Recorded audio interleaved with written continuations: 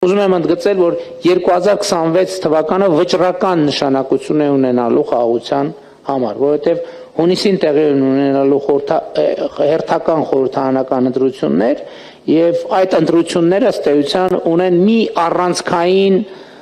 առանցքային հարց,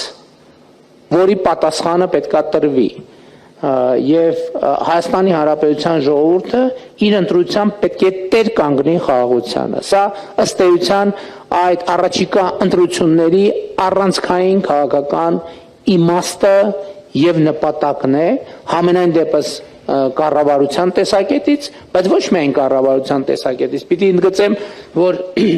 հարցը այդպես է եւ կառավարության տեսակետից եւ պատմական տեսակետից եւ բոլոր հնարավոր մյուս տեսակետներից, այսինքն 2026 թվականի խորհրդարանական ընտրությունների առանցքային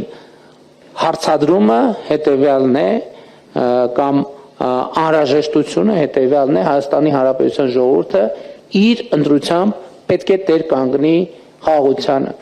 Հակառակը Հայաստանը յետ գլորելն է կոնֆլիկտի եւ ֆորպոստի տրամաբանության մեջ։ Ուզում եմ ընդգծել, որ խաղաղությանը